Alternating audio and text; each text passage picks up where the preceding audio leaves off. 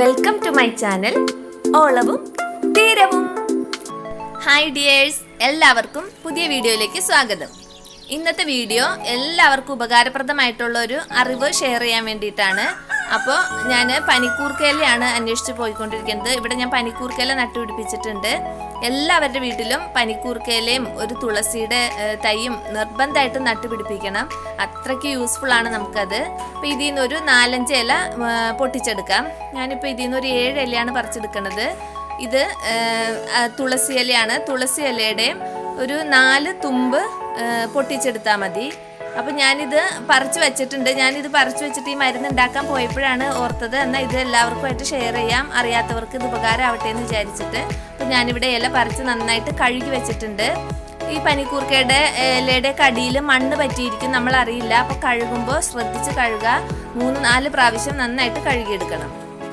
അപ്പോൾ അങ്ങനെ കഴുകി വെച്ചിട്ടുള്ള പനിക്കൂർക്കയിലയും തുളസി ഇലയാണിത്. അപ്പോൾ നമുക്കിനി ഇത് വെച്ചിട്ട് എങ്ങനെയാണ് നമ്മുടെ ഒരു ഹെർബൽ ടീ ആണ് ഉണ്ടാക്കുന്നത്, എങ്ങനെ ഉണ്ടാക്കണമെന്ന് നോക്കാം. അപ്പോൾ അതിനായിട്ട് 2 കാര്യങ്ങൾ കൂടി വേണം. ഇത് കരിഞ്ജീരകമാണ്. 1 ടീസ്പൂൺ കരിഞ്ജീരകം എടുത്തിട്ടുണ്ട്.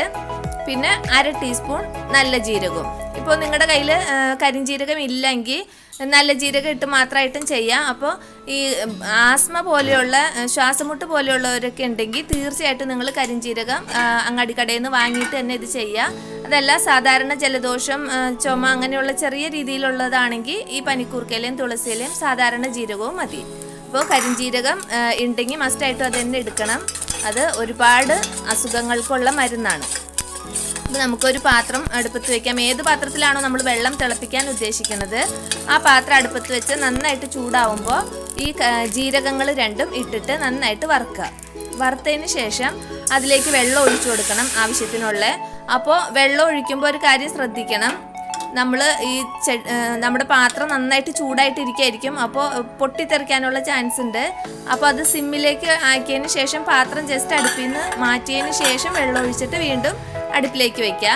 അതിലേക്ക് നമ്മുടെ പനിക്കൂർക്കയിലയും തുളസിയിലയും ഇട്ടിട്ട് അടച്ച് മൂടി വേവിക്കുക. വേവിക്കുക മീൻസ് നന്നായിട്ട് തിളപ്പിക്കുക. അപ്പോൾ ഇത് നന്നായിട്ട് തിളച്ചിട്ടുണ്ട്. അതിൻ്റെയൊക്കെ ആ ഇലകളിൽ നിന്നൊക്കെ ഉള്ള എക്സ്ട്രാക്റ്റ് ആ വെള്ളത്തിലേക്ക് നന്നായിട്ട് ആയിട്ടുണ്ട്. ഇതിനി ഇങ്ങനെ തന്നെ മൂടി വയ്ക്കാം. മൂടി വെച്ച് ഒരു 10-15 മിനിറ്റ് കഴിയുമ്പോഴത്തേനും ശരിക്കും ഇതിൽ നിന്നുള്ളത് എല്ലാ നീരും ആ വെള്ളത്തിലേക്ക് ഇറങ്ങിയിട്ടുണ്ടാവും. അപ്പോൾ നമുക്ക് തീ ഓഫ് ചെയ്യാം, അത് അവിടെ ഇരിക്കട്ടെ. അപ്പോൾ ഇത്രയേ ഉള്ളൂ നമ്മുടെ മരുന്ന്.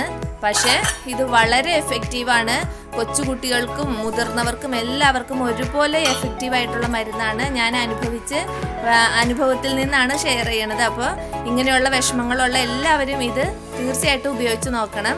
അപ്പോൾ നമുക്കിത് കുടിക്കാൻ നേരത്ത് ഒരു നേരിയ ചൂടോടുകൂടി, കുട്ടികൾക്കൊക്കെ ചെറിയ ചൂടിന് കൊടുക്കാം, മുതിർന്നവർക്ക് അവരവർക്ക് താങ്ങാൻ പറ്റുന്ന ചൂടിന് ഇത് കുടിക്കുക. തൊണ്ടയ്ക്കൊക്കെ നല്ല ആശ്വാസം കിട്ടും, ചുമയൊക്കെ പെട്ടെന്ന് മാറും, ശ്വാസമുട്ട് വലിവ് വരെ ഇതുകൊണ്ട് നമുക്ക് മാറ്റാൻ പറ്റും. അപ്പോൾ ഇത് തീർച്ചയായിട്ടും ഉപകാരപ്രദമായിട്ടുള്ളൊരു വീഡിയോയാണ്. നിങ്ങൾ പറ്റുമെങ്കിൽ മറ്റുള്ളവർക്കും കൂടി ഷെയർ ചെയ്ത് കൊടുക്കുക. നിങ്ങളും ഇത് പരീക്ഷിച്ച് നോക്കുക. നിങ്ങൾക്ക് അസുഖങ്ങൾ വരുന്ന സമയത്ത് ഇത് ചെയ്ത് നോക്കുക. ഇതൊരു ഹെർബൽ ടീ ആണ്. നമുക്കൊരു ചായ കുടിക്കും പോലെ തന്നെ ഇത് കുടിക്കാവുന്നതേ ഉള്ളൂ. നല്ല ടേസ്റ്റിയുമാണ്. മധുരം ഒന്നും ചേർക്കണ്ട, ഇത് ഇങ്ങനെ തന്നെ കുടിച്ചാൽ മതി. അപ്പോൾ ഇന്നത്തെ വീഡിയോ ഇതാണ്. നിങ്ങൾക്ക് എല്ലാവർക്കും ഇഷ്ടമായെന്ന് ഞാൻ വിചാരിക്കുന്നു. ഇതിൻ്റെ ബാക്കി വരുന്ന ഇതിൻ്റെ ഇലകളും ഈ ചണ്ടി ഉണ്ടല്ലോ, ഇത് നമുക്ക് അവിടെ ഇരുന്ന് കഴിഞ്ഞാൽ ഈ വെള്ളം തീർന്നതിന് ശേഷം വീണ്ടും കുറച്ച് വെള്ളം കൂടി അതിലേക്ക് ഒഴിച്ച് ഒന്നുകൂടി തിളപ്പിച്ച് നമുക്ക് വീണ്ടും ഒരു ഗ്ലാസ് വെള്ളം കൂടി അതിൽ നിന്ന് തിളപ്പിച്ചെടുക്കാൻ പറ്റും. അപ്പോൾ ഇന്നത്തെ വീഡിയോ നിങ്ങൾക്ക് എല്ലാവർക്കും ഇഷ്ടമായെന്ന് വിചാരിക്കുന്നു. അടുത്തൊരു വീഡിയോയുമായിട്ട് ഞാൻ ഉടനെ വരാം. Thanks for watching.